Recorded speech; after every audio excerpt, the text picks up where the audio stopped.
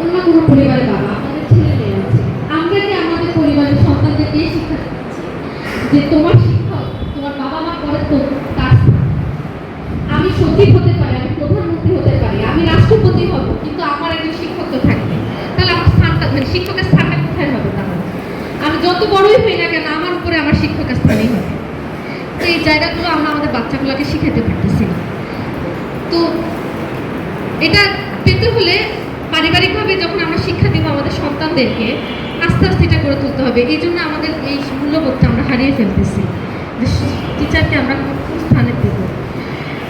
আর্থিক কারণে হোক, মূল্যবোধের কারণ হোক, আমরা শিক্ষকরা অনেকটা মানে কি বলবো, আমরা ডিরেল হয়েছি কিছুটা হলেও। আমরা আমাদের জায়গা থেকে, ন্যায়ের যে জায়গাটা থেকে আমরা সরে এসেছি, অনেক সরে এসেছি। কিন্তু তারপরও এখনও আমাদের কিছু শিক্ষক আছেন যারা আসলে যাদের জন্য কিন্তু এখনও আমরা মেধাবী শিক্ষক হিসেবে